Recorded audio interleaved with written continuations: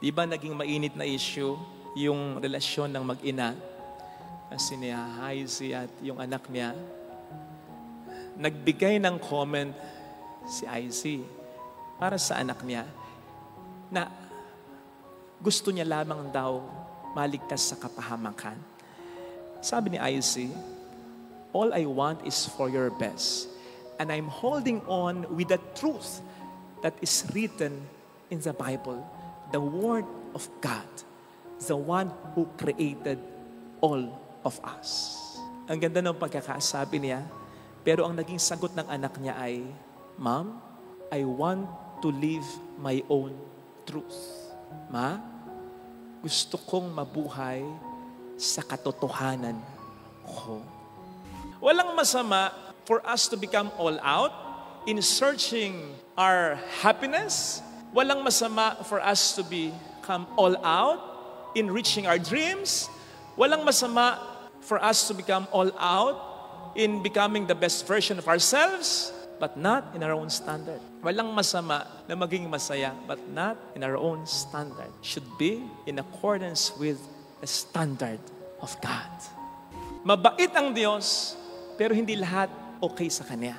Kung papaanong ikaw ay mabait din at mapagmahal na asawa, hindi naman lahat okay sa'yo. Napakabait mong asawa, napakabuti mong asawa, mapagmahal kang asawa, okay lang naman lalaki yung asawa mo, okay lang naman babae yung asawa mo. Hindi, syempre.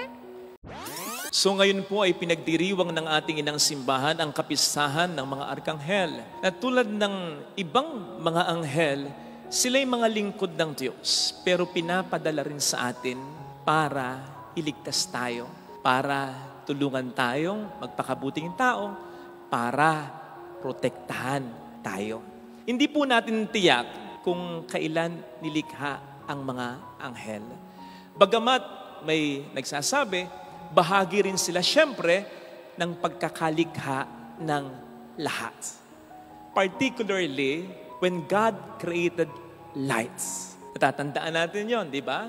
Sa first day ng creation, ang sabi ng Diyos, let there be light. Sinasabi ng isang tradisyon ay yung light na ito ay kumakatawan sa mga anghel. Silang mga kaliwanagan. Hindi pa ito yung day na alam natin ngayon at yung night na alam natin na kinakatawan ng araw at buwan. Sapagkat ang araw at buwan, together with other heavenly bodies, God created them on the fourth day pa. Yung first day, ibang klaseng liwanag daw yon. Yung light na ito, inasmuch as ang mga anghel daw ito.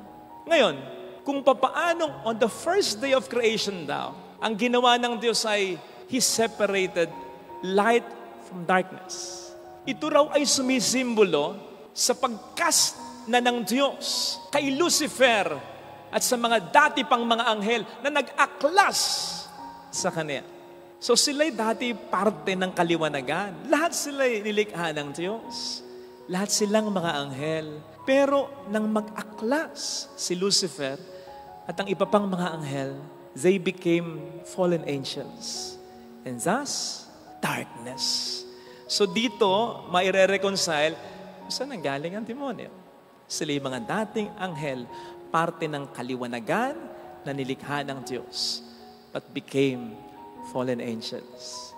This will make sense daw kasi nung nilikha ang tao, si Adan at si Eva, sa huling parte ng creation story, nandun na ang demonyo. Tinutokso na ang tao.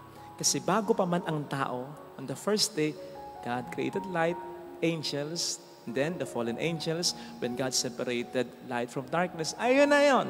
Okay?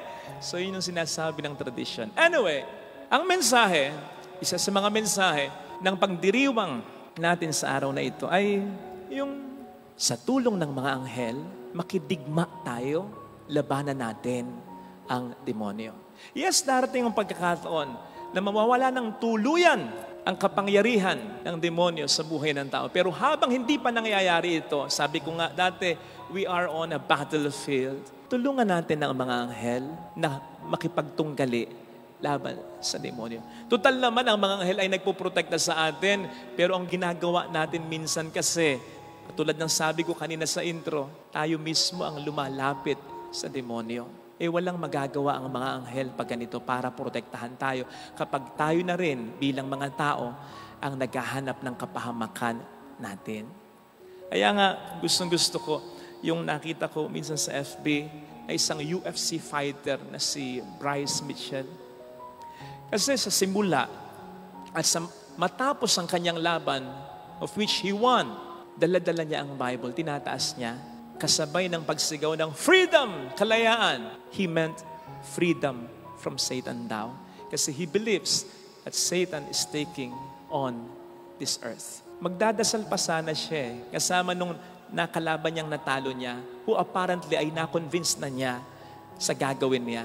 Pero inalis sa kanya yung mic Makikita mo yung announcer, awkward na awkward nung sa ginagawa niya, yung paghahawak niya ng Biblia, and was speaking about God, about how we should defend ourselves with God against Satan.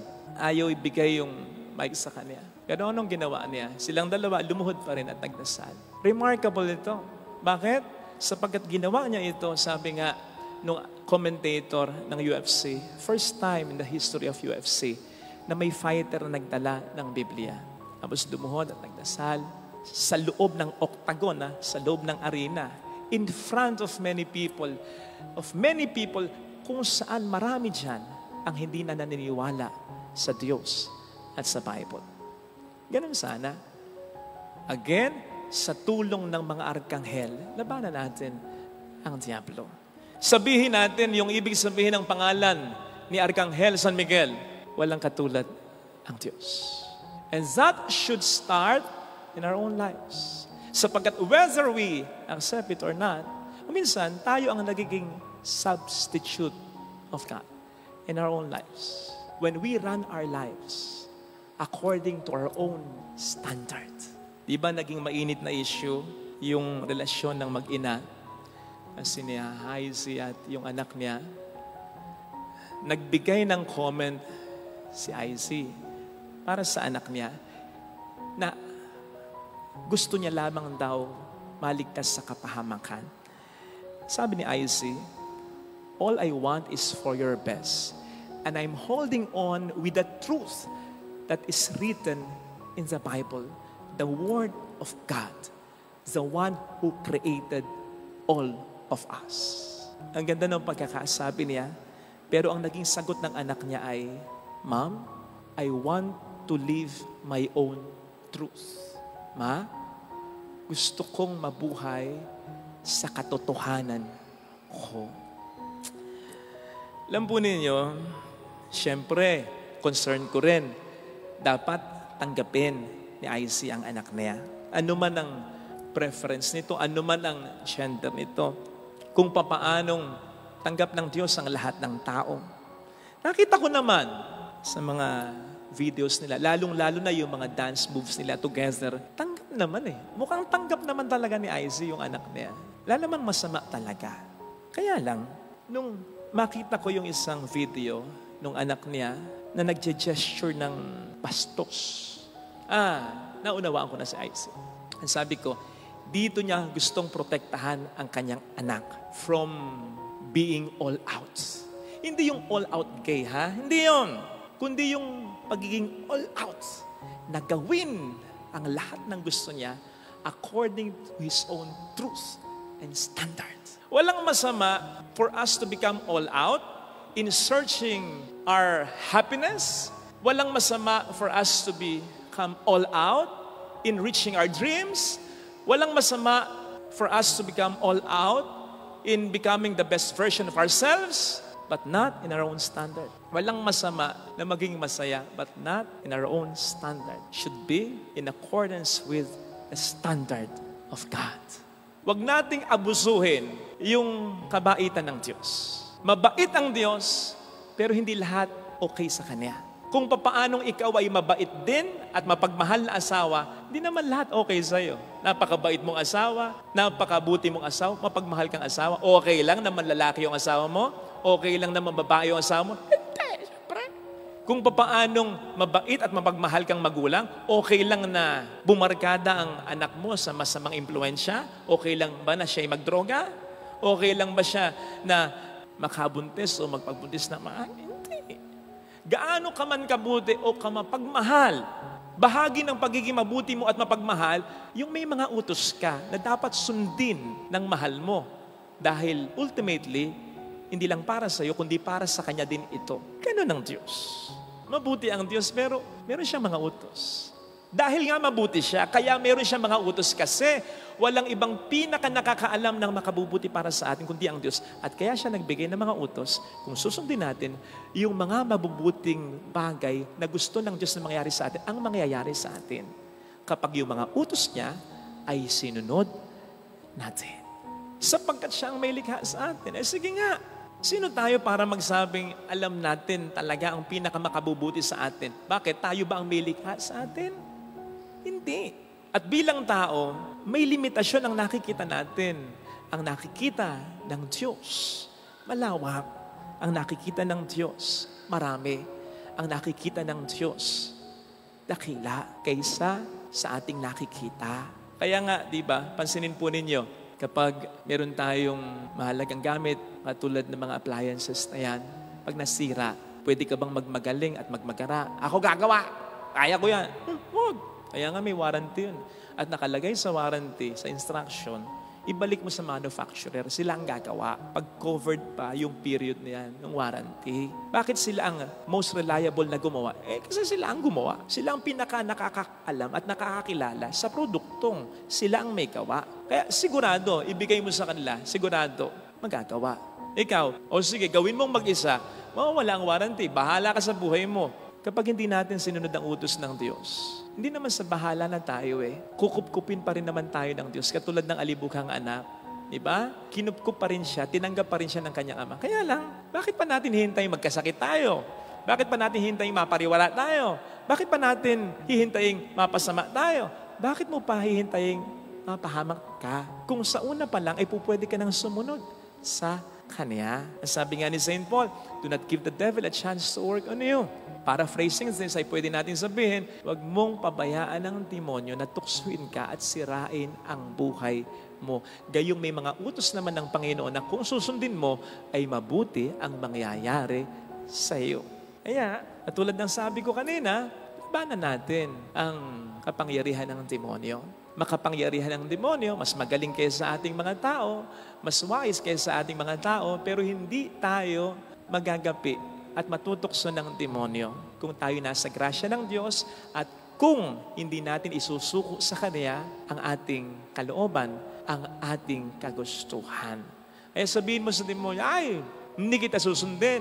Walang katulad ng Diyos. Walang substitute ang Diyos. Kaya kahit gusto ko, yung sinasabi mo, yung sinasuggest mo, yung tinutokso mo, kahit gusto ko yung sinasabi mo, hindi ko susundin yan. Ang susundin ko ay ang Diyos. And that is what we call humility. Yung may gusto kang gawin, pero alam mong masama, hindi mo gagawin, that is humility. And that is our most powerful weapon against the devil, against the enemy. Hindi niya kaya ang taong may humility sapagkat ang demonyo ay walang humility.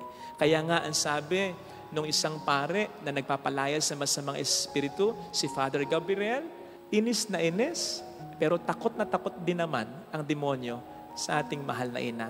Ang ating mahal na ina na napaka mapagkumbaba talaga. Nanginginig ang demonyo kapag binabanggit ang pangalang Maria. In the same way na hindi kakayanin ng demonyo ang taong mapagkumbaba. At bahagi ng ating pagiging mapagkumbaba ay yung sumunod tayo sa kalooban ng Diyos, hindi sa ating sariling gusto. According to tradition din, alam niyo po ba na kung ikukumpara nung una si Lucifer at si Michael, mas mataas yung class of angels ni Lucifer kaysa class of angels ni Michael. Pero alam natin, Michael defeated Lucifer. Why? Because Lucifer was acting on his own. Michael was acting sa pangalan ng Panginoon. Hindi natin kaya ang demonyo sa sariling kakayanan natin. Kailangan natin ang Panginoon natin. Kaya wag laging magiging katwiran yung alam ko yung ginagawa ko. Wag mo akong pakialaman. Kaya ko ito. Lalo na kung hindi ka naman nagdarasal, kung hindi ka naman nagsisimba, kung wala ka namang malalim na relasyon sa Panginoon, hindi natin kakayanin. In fact, those statements are self-defeating. Kasi yung mga statements na ganon, yabang yun eh. Tandaan natin yun ang statements ng demonyo, ha? Ayoko na sumunod. Bahala na ako sa buhay ko. Kaya nag-akla siya sa Diyos. O hindi ba't yun din ang statement ng demonyo? Kapag nakikita si Kristo, anong pakialam mo sa amin, Jesus? Huwag nating uulitin yon. Kapag sinasabi mo yon, parang sinasapian ka na rin at nagpapatalo ka na rin sa demonyo pag ganon. Ano ang sabi ni Juan Bautista sa John 3:30? I must decrease, He must increase. At ano ang sabi sa James 4:7? Submit yourself to God. Resist the devil and he will flee from you. Tandaan mo, hindi sinabing resist the devil lang and he will flee from you. Ang sabi niya, the devil will flee from you if we will submit ourselves to God.